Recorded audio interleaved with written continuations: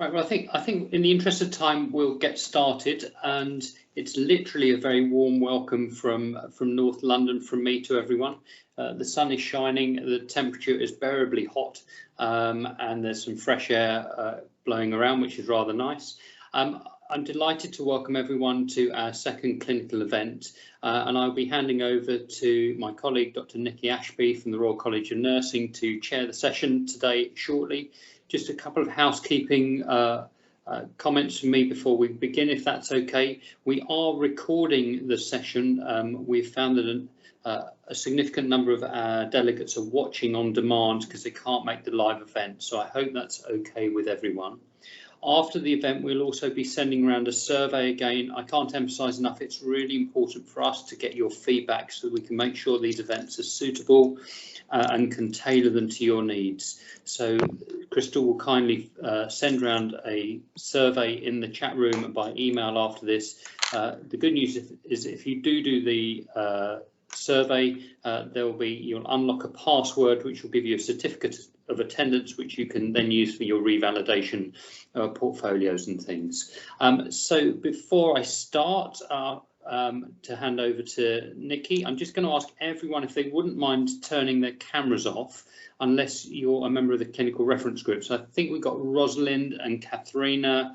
Obviously, Lynn is also part of the clinical reference group, but is talking today. And I know that we've got Pedro and David from pharmacy are joining, but haven't logged in yet. So if we've got Rosalind is a physio from Stanmore, and Katharina is an OT from King's College. So give everyone a wave if that's okay. They are real people rather than cardboard cutouts of therapy colleagues. And without further ado, I'll hand over to Nikki, and I hope you enjoyed the session. I'm really excited at this one. So thank you very much, Nikki, and thank you everyone for speaking. Thank you. Thank you, Andrew. Hi, good afternoon. And I appreciate this is a very warm afternoon, but this is definitely a session that is giving an opportunity to speak to some of our expert patients and expert carers, which is a fantastic time to hear their voice.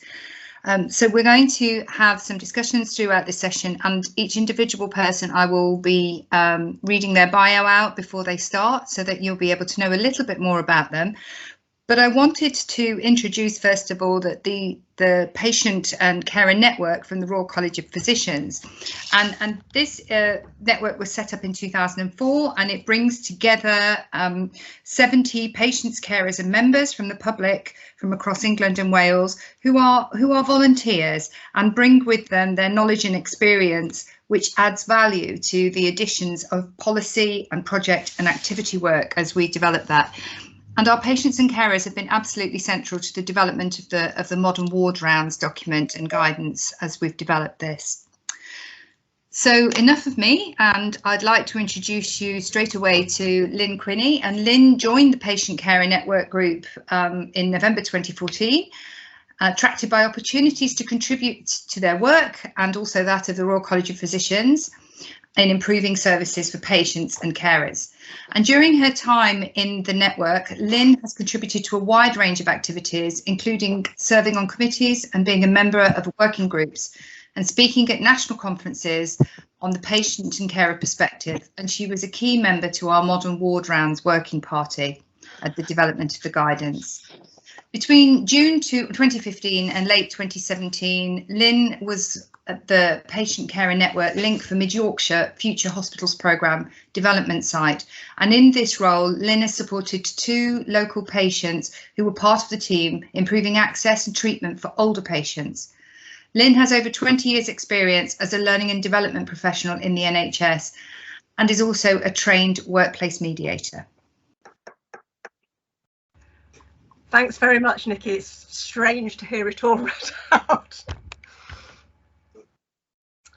So, good afternoon, everyone. It's lovely to have the opportunity to give this presentation and to be part of this collaborative work. It's really exciting, as Andrew has said. So I've been asked to speak briefly on what is important to patients.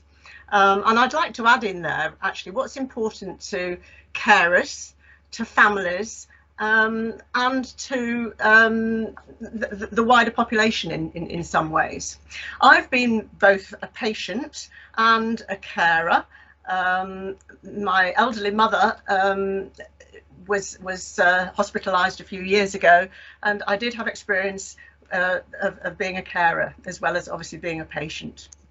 The first thing I'd like to say really is that it's so gratifying that so many of the teams involved in the collaborative have highlighted their desire to improve the patient experience. That's absolutely fantastic, and music to the ears of us all.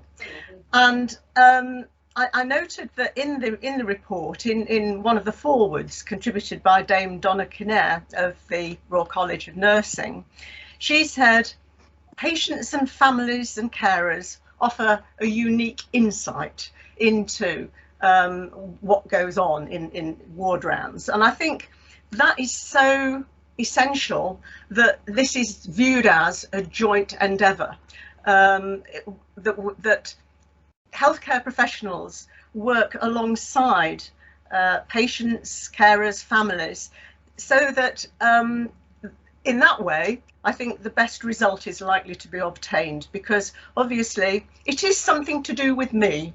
If I'm a patient, it is something to do with me, or something to do with a member of my family who might be a patient. Does it look hilarious? Cute. So, Can I just ask people to go on to mute, please? Sorry, Lynn. No, thanks, Nikki. Thanks. So, this, as Nikki said in the introduction, I was involved first of all in the modern ward rounds work back in 2019, when Nikki and John Dean from the RCP came to a workshop of the Patient Carer Network to talk about what they were hoping to do and to gather views of members of the network about how they perceived ward rounds to work, what was effective, what was not effective. So some of the things that came up then, Crystal, if you don't mind putting the next slide up for me. Despite having worked in the NHS as a learning and development professional, I'm afraid sharing slides on Microsoft Teams is not one of my skills at all. So I'm hugely indebted to Crystal here. So some of the things that came up in that workshop, and we hear about from patients and carers very often, this thing about being done to and treated as a case, not a person. And I think when it comes to ward rounds, if you're a patient lying in a bed surrounded by people, it's necessarily quite difficult to fight against that feeling of being done to. You're there in the centre and all these people around you, and actually it is quite a challenge, I think, for healthcare professionals to actually identify with that person. So I think that is a key one for me. We are people, obviously. Years and years ago, and some people, I'm thinking about Helen Gentles, who's going to speak after me, may have heard this story already. But some years ago, I was being examined, and as part of that examination, I obviously showed interest in what was going on, for the consultant to say to me, "This is nothing to do with you." Now, that has stuck with me and been a sort of guiding principle for me, and probably was one of the motivators behind me getting involved in the Patient Carer Network. So I think that is absolutely a starting point, to be treated as a person, not as a case, no matter how interesting a case we might be. I think also one of the things, again, this is only, you might think this is so kind of obvious and minor, but actually it isn't. We can, as patients and carers, not be sure about who these people are who are coming to discuss us. And I think it's absolutely critical that we know who people are and what is their role in caring for me. I mean, I've worked in the NHS and I'm fairly familiar with the different professional roles and the other roles, ancillary staff roles, etc., that people have in hospitals. But an awful lot of people are not. They haven't got a clue what an OT is. What does OT stand for? And as somebody who's worked in the NHS, I know we're terribly fond, and I don't exclude myself from this, from using acronyms and initials all the time. It's really, really important that people do understand who the people are and what their role is. Lack of privacy came up in the discussions at the workshop a couple of years ago, and I know that last learning event very much focused, didn't it, on the environment. And one of the things that stuck with me from being part of that event was that I think somebody talked about having taken the ward round almost out of the ward and had designated a couple of rooms off the ward where the patient and hopefully somebody who was important to them could go to meet with the healthcare professionals. So it took them out of that hurly-burly of the ward, and I think that goes a long way. Obviously it might not be possible in a number of cases, but lack of privacy and the as was also talked about last time, the not very helpful swish of the curtains around the bedside is a concern for a lot of people. And as is the sense that we're not being listened to. Very often people, as I'm sure you're aware, are the experts in their own condition, particularly if they're living with a long-term condition. Happened to be talking to somebody last week, and whilst this isn't a ward round example, she actually reminded me of the importance of this. She's a diabetic. She'd been in to have a hip replacement. She had a pump removed for the surgery in case it interfered with the diaphragm. But she'd said beforehand, this really doesn't need to be out for very long at all. So can it be put in, you know, as soon as possible after surgery? She wasn't listened to. This went on for a long time, and it wasn't until a diabetic specialist nurse was called, who actually read the riot act to the staff, that yes, they should have listened to her. She knew what she was talking about. And I think that is so important. And I think some of the things that I've already been talking about now can contribute to, you're lying there, there's a lot going on around you, you're perhaps anxious, probably quite likely to be anxious, you perhaps don't know what roles people are taking, and afterwards when they go away and move on to the next patient, you're actually not very certain about what's been said and what is going to happen. Because I think it's quite a well-known phenomenon, isn't it, that you don't always take in all the information when you're in that sort of situation. So I think having that concern, thinking about that concern is also very important. And then the last point I've got down there, people who are important to me not being involved. And I think it's so crucial that patients are offered the opportunity to say who they would ideally like to be present. I know, again, that might seem very idealistic and not very practical, but if it is possible for somebody who's important to them to be involved in the ward round, or at least, the very least, to be able to be contacted and communicated with shortly after the ward round, I think that goes a long way to reassuring that patient. And obviously this is particularly true when there's situations around cognitive impairment, as was the case with my mother, or mental health issues, learning disabilities, etc. So could we just move on to the next slide? Thank you.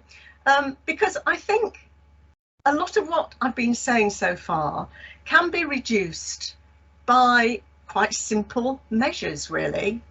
And what I've got there, preparing people in advance of the ward round.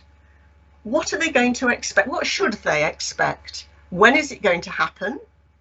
who's going to be involved, and what is likely to be discussed and what will happen afterwards.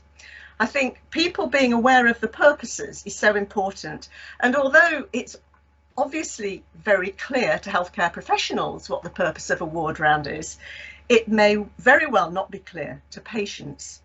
And one way of getting around this might be to provide an explanatory leaflet given in advance to patients and anyone who's identified as being important to them in advance.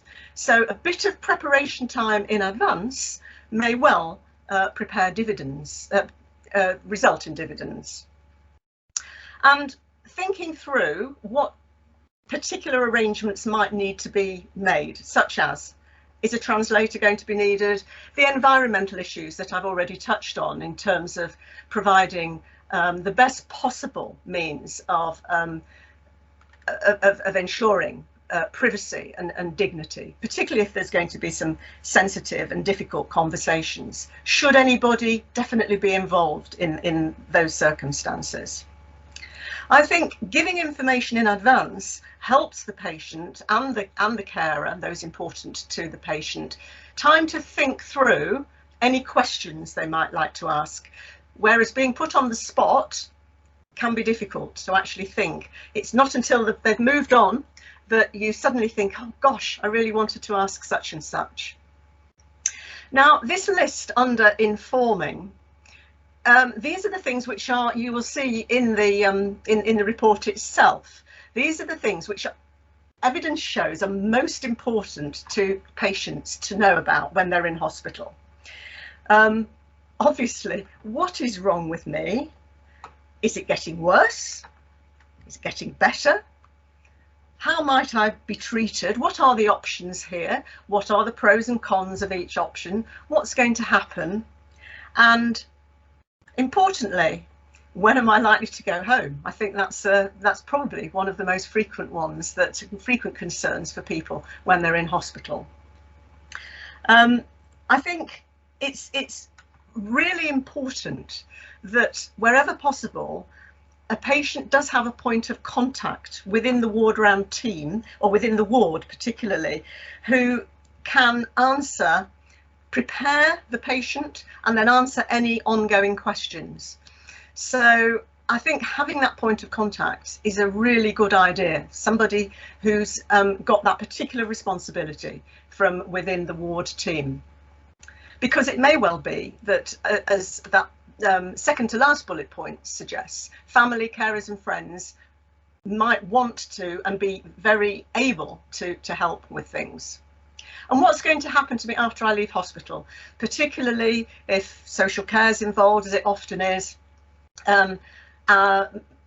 It's people very often will have lots of questions around, so what's going to happen if I can leave next week? What the circumstance is going to be. And then the final slide that we move on to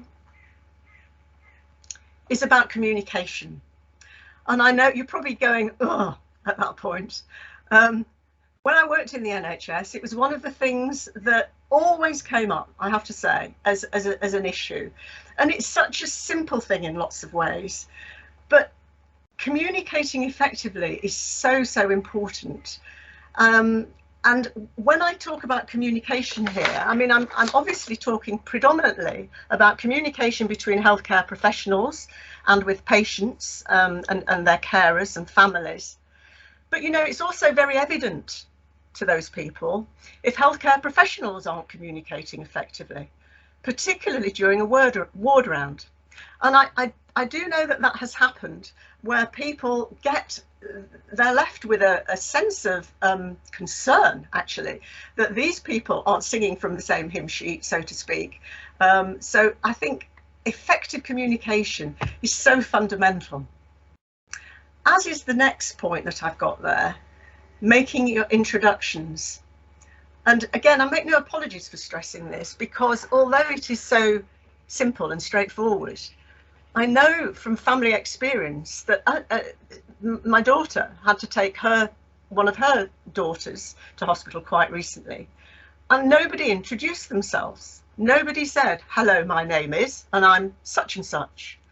It's so simple and so important to know.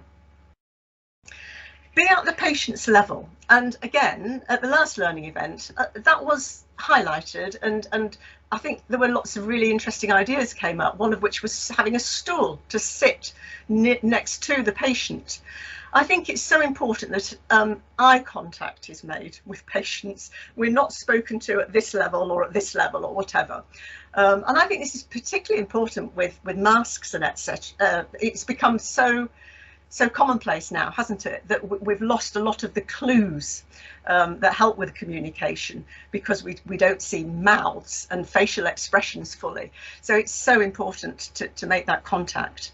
So it's about being physically at the patient's level, but dare I say also metaphorically, trying to sort of get into the shoes of that patient, if you like, and seeing how that patient may be feeling.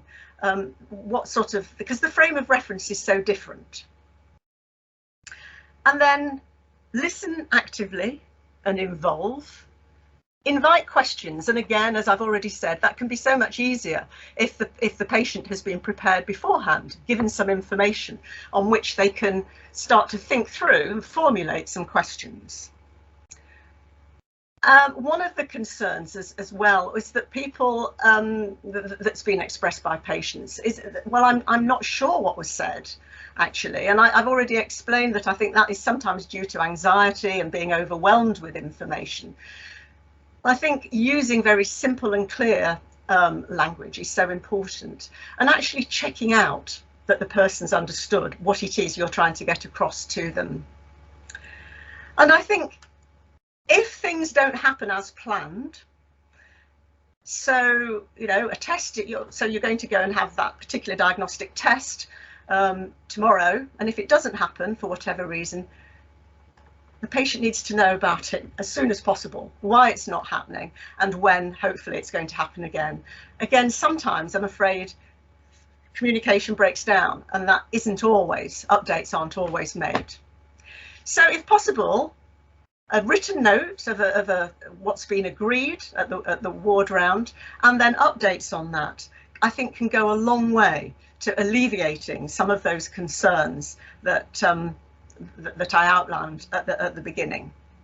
So thanks very much for listening, and I'm going to pass on to my colleague Helen Gentles now. Thank you, Lynn. Really informative. And we'll come back with some questions at the end. I hope you don't mind, so please don't go anywhere. I'd like to take this time now to introduce Helen. Helen is, since 2017, Helen Gentles has been a patient involvement officer at the Royal College of Physicians and is working closely with the patient and carer group. She's also a consultant geriatrician in Gloucester, working half-time in the hospital and half-time in the community of Gloucester City. Thank you. I hope my talk will follow on nicely from Lynnes, and I will reinforce some of her points. I'm going to talk about the physician's perspective and the how. Now, I think I should say from the outset, I don't claim to be an expert on this, but I'm going to share my thoughts and reflections, both from experiences working as the patient involvement officer and also as a geriatrician. And having been entirely hospital based, about 3.5 years ago, I moved out into the community for half of my time. And I often compare and contrast my interactions in the community in a patient's home compared to on the ward. The power in the partnership is fairly equal at home for obvious reasons, where in the ward it's often skewed towards the staff. But just starting on that interaction, I mean, Lynnes emphasised the point about getting at their eye level, and it's not always easy to do, but I think it is essential. None of us would want to have someone talking to us about important matters when they're standing and we're sitting.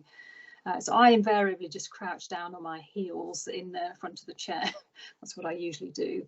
The other thing about the interaction is most patients are wearing an NHS nightie, and for me that is the opposite of power dressing.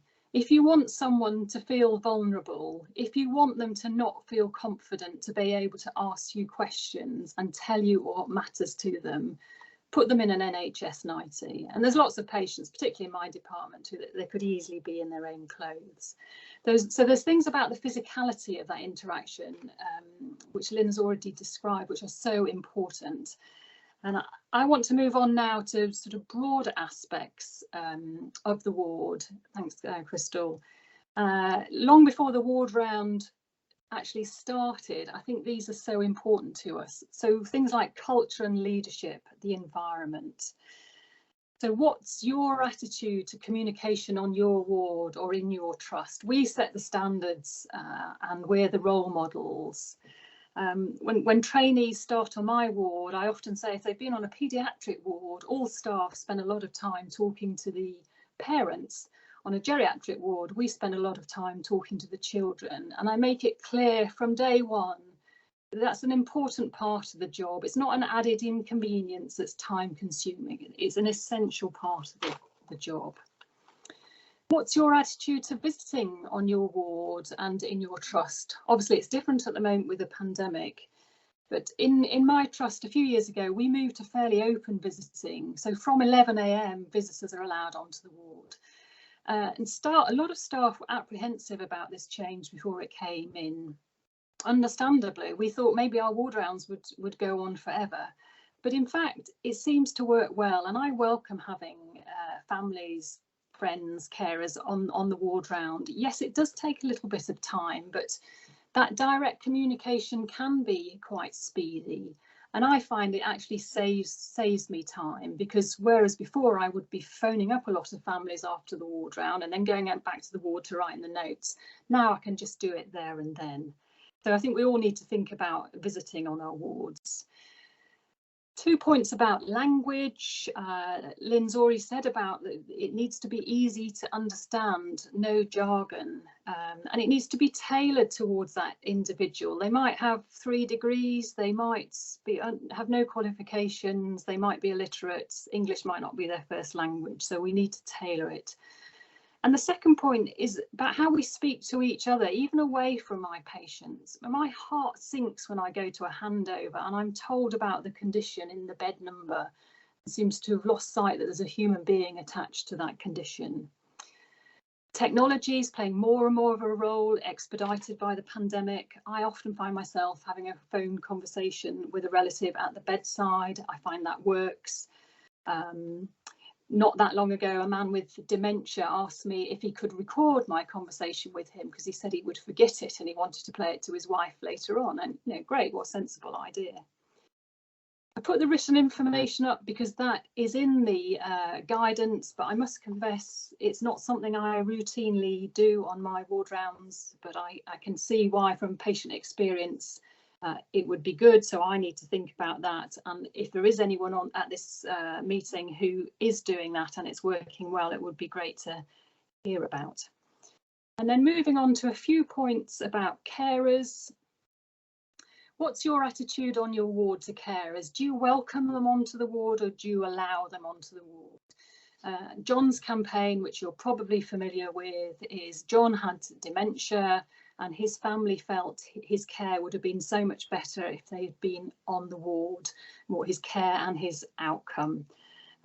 So I think it's well known across the country, and I think most trusts are signed up to this. What support does your trust offer to carers? We've got Carers Hub in Gloucestershire that's offering support to carers all across the county, and they've got staff who provide liaison into our hospital. Most patients who've got carers, not all, but most have got cognitive impairments because of dementia or learning disabilities. And for these patients, it's absolutely essential that we involve the carers early. When I'm in hospital, I'm often working in the emergency department, seeing older patients, often those with frailty. And after we've seen them, the first thing we do is get on the phone to talk to someone who knows them. Otherwise, you're practicing medicine in the dark because the patient can't tell you the whole story. And if a husband, for example, tells you there's something not right about the wife, you know to take that seriously and to hunt for a diagnosis. And it works the other way too. Sometimes I see someone with dementia who's living alone, they've got lots of medical conditions, lots of medication, and you think, oh, how on earth is this working? But then you talk to a carer who knows them well, they explain the support, they explain that this is her normal and it is working, and you know you can discharge that patient. So do involve carers early. The passport is about practical support. So carers coming into our trust get free or reduced hospital car parking, they get tea and coffee on the ward, and if they're there on the ward for a long time, they will even get meals. And then just finally, just a reminder that carers come in all ages. They're not just older adults of all ages and young adults. In the community, I'm coming across more and more children actually who are providing care to grandparents, and I suspect, like other areas of the county, in Gloucestershire, we've got extra support, tailored support for young carers, and I expect around the country there's similar. And that's it from me.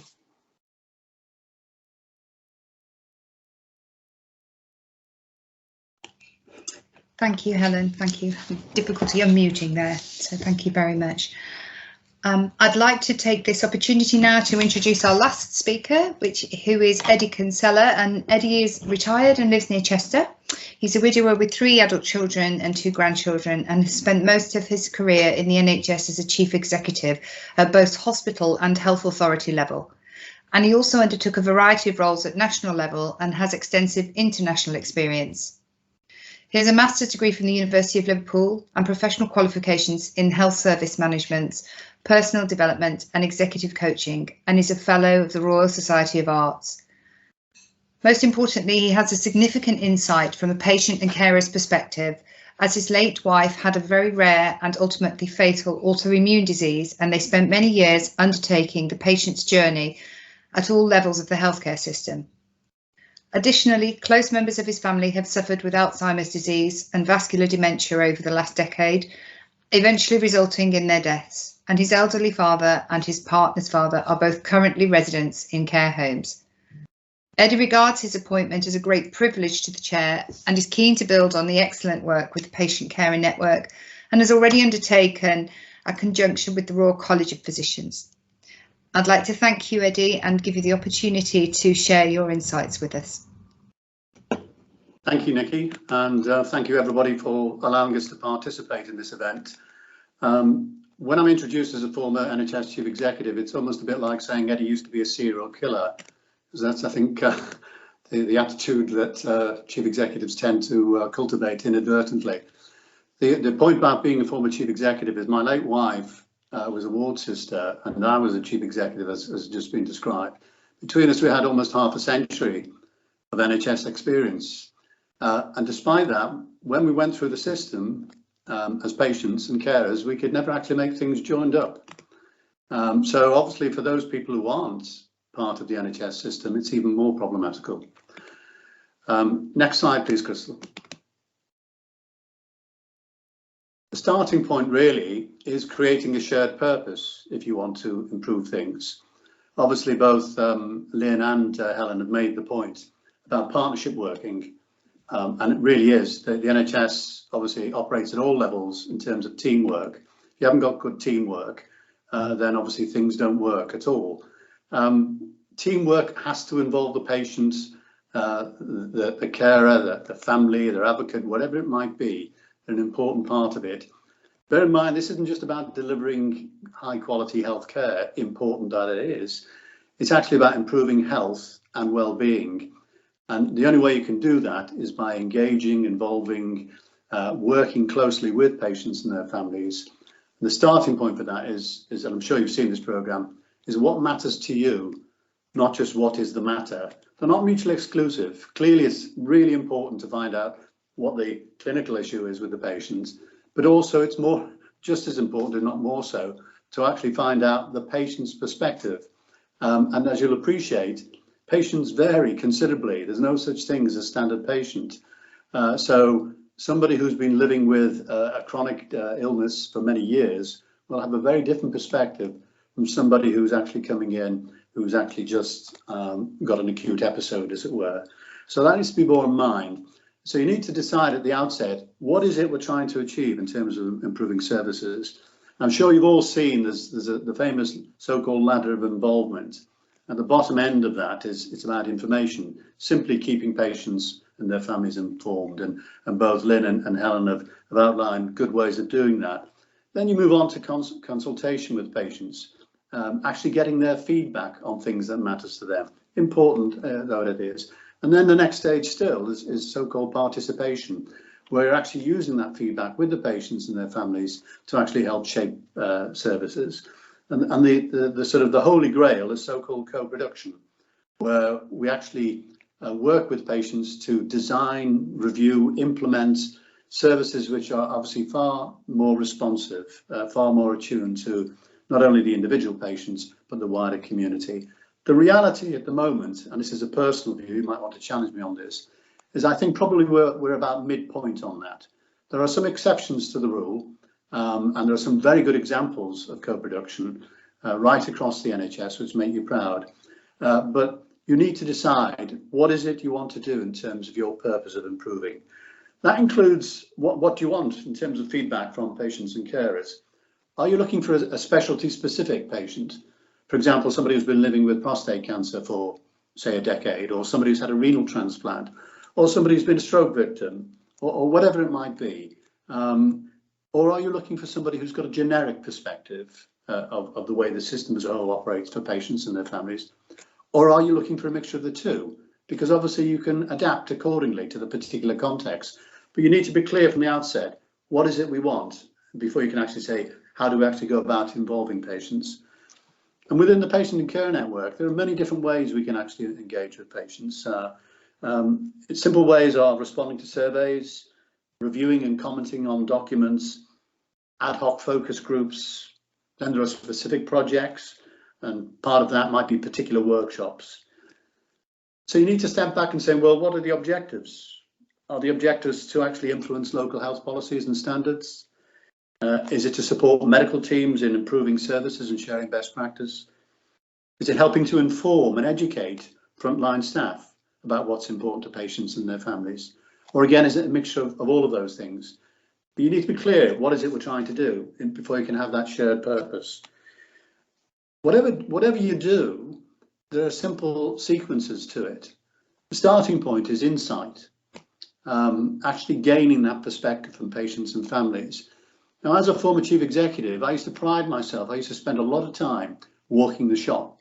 I'd go onto wards, I'd go into A&E, I'd go into theatres, wherever it might be.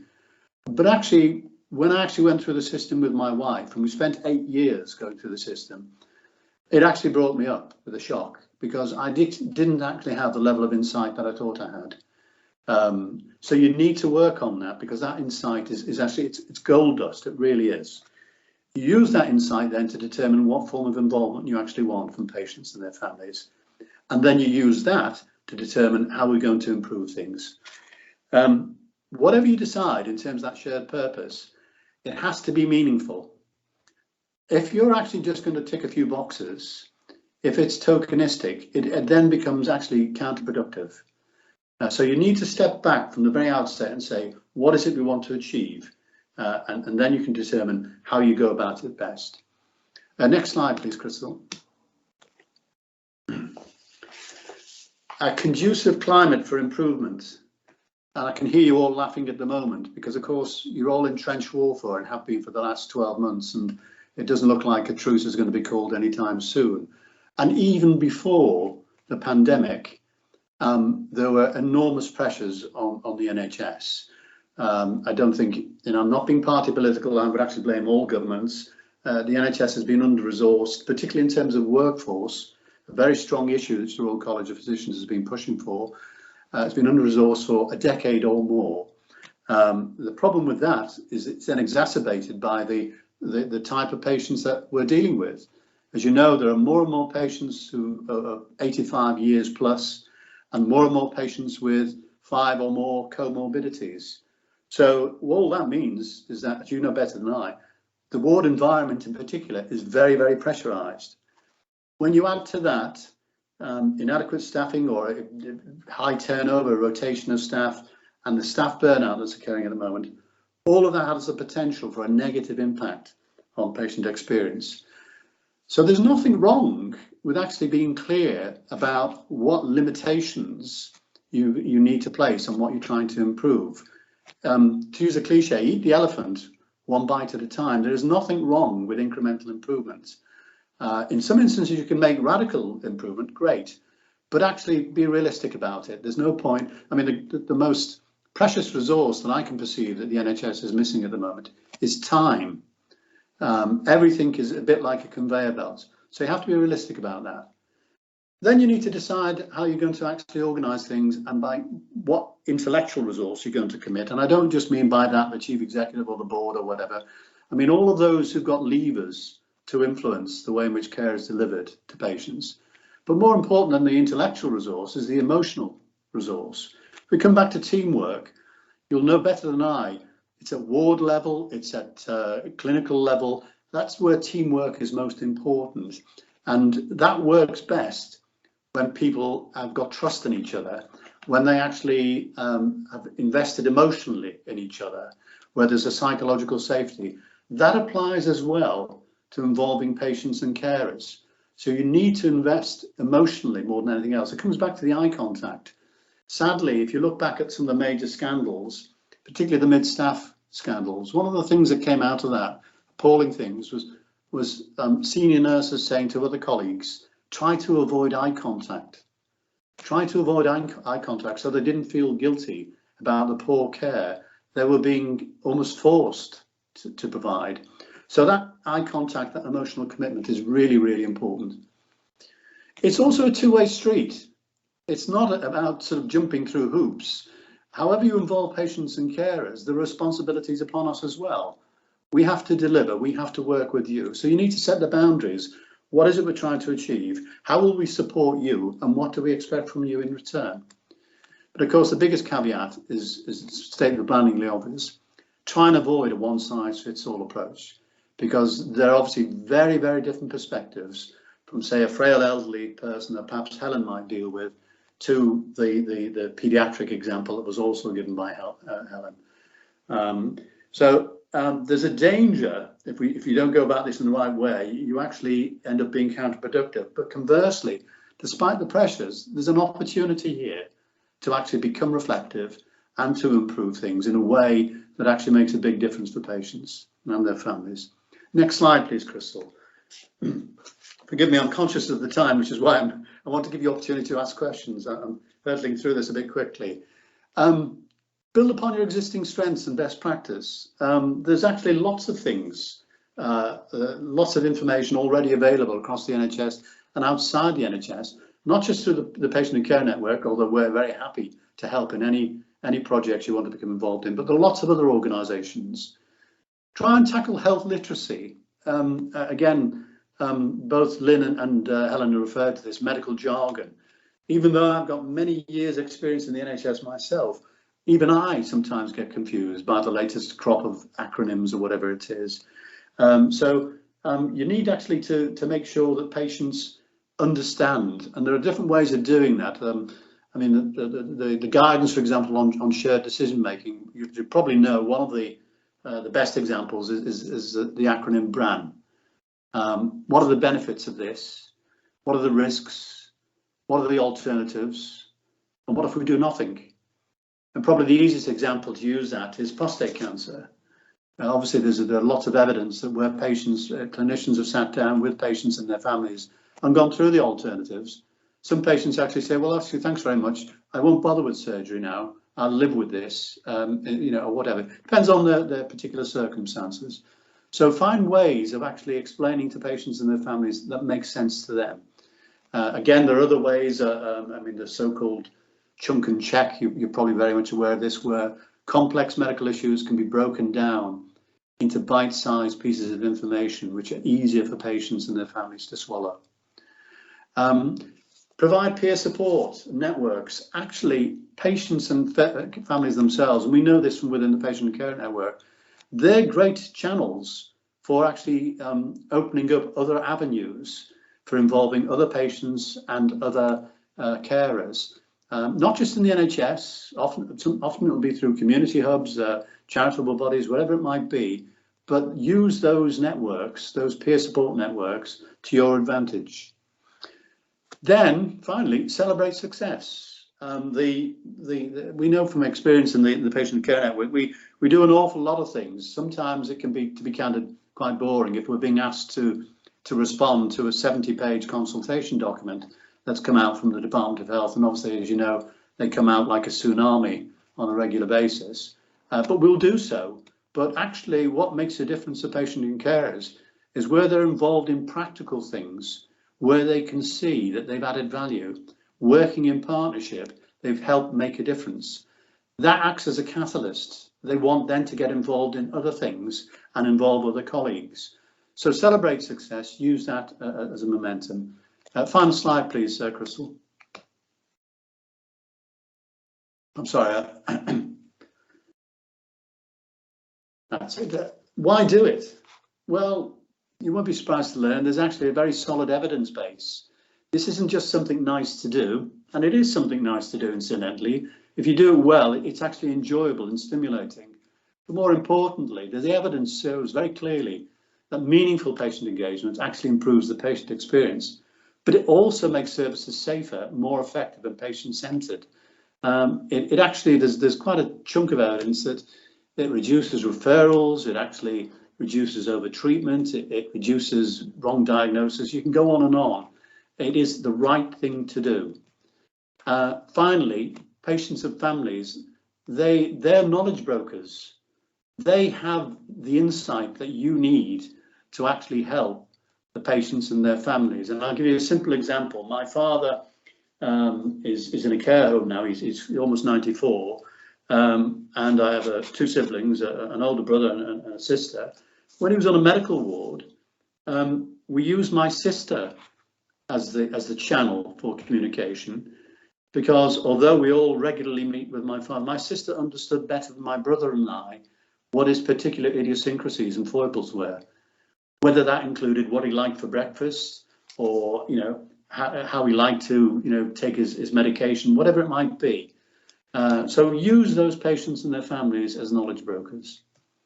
Thank you very much for listening. Thank you, Eddie.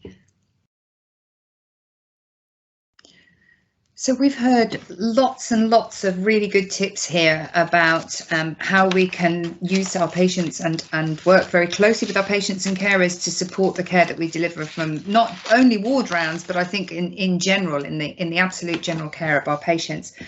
So I just wondered if I could take this opportunity to ask not only our speakers, but any of the extended panel, just a few questions. And I wonder if you have any tips about how to best engage patients at a ward level on a one-to-one basis. And we've had some that have been coming through in the chat from Gordon up in NHS Highland, which were really, really helpful around putting our patient, I like the term, get to know the person before you make the person into a patient. I think that's an excellent term to use. So I'd like to throw that open to the panel, please. Any tips at a ward level? Well, I suppose I just reiterate that. I think that just showing an interest in the person right from the start. I'd say every patient that I meet, unless they're unconscious, I'll start by saying, remind me of your age, because that's easy, because then that gets the person talking. Tell me what your previous occupation was, or your current occupation. Up in the west coast of Scotland, people never seem to retire. So I had an 83-year-old who was still delivering lambs and dealing with cattle and so on. And then really revealing what do you enjoy these days, because some people's illnesses get them down so much they're enjoying absolutely nothing. But usually you can find something that you can enjoy. And then for me, that creates a connection with the patient. I'm interested in them as a person. I want to get them better as a person. Helps with that, what matters to you, because you know about their interests, their occupation, and often as well makes the whole ward round into something that's much more human than a clinical ward round, because you can have conversations about other things. I was talking about what whales you can see off the coast of the west coast of Scotland with a marine biologist this morning who's 95. And it adds some fun. and life is meant to be enjoyable, and I'm sure Eddie would agree that even in the midst of terrible things happening, there can still be humor and connection, and I think that really drives people then to the personal commitment to best care and quality and safety, and it costs absolutely nothing. People say it takes too long. In my experience, it's very unusual for that introductory conversation to last longer than a minute. And it buys so much in goodwill and commitment throughout the whole episode of care. Absolutely. Thank you. Lynn, would you like to add to that? Yeah, I mean, I can't say how strongly I agree with what Gordon said there. And I think very often there is a sort of concern or anxiety about how we're actually going to involve patients, in practical terms. How are we going to involve them? How are we going to get them part of this joint enterprise? And I think, it comes down to just what Gordon's been saying there, that I think involvement starts with a conversation, and a conversation leads to a relationship, and that leads to willingness very often, perhaps not from everybody, but in my experience, an awful lot of people then are very willing to get involved and to be part of that shared enterprise. So it's so critical and so simple. Thank you. And I wonder if anybody in the panel could share any of their examples of best practice. Particularly, have you heard anything about engaging patients and carers in this difficult time of COVID-19, where a lot of the care that we're delivering has to be delivered remotely, as Andrew said, even to beaches and in ice cream queues? How do we have those engaging conversations virtually?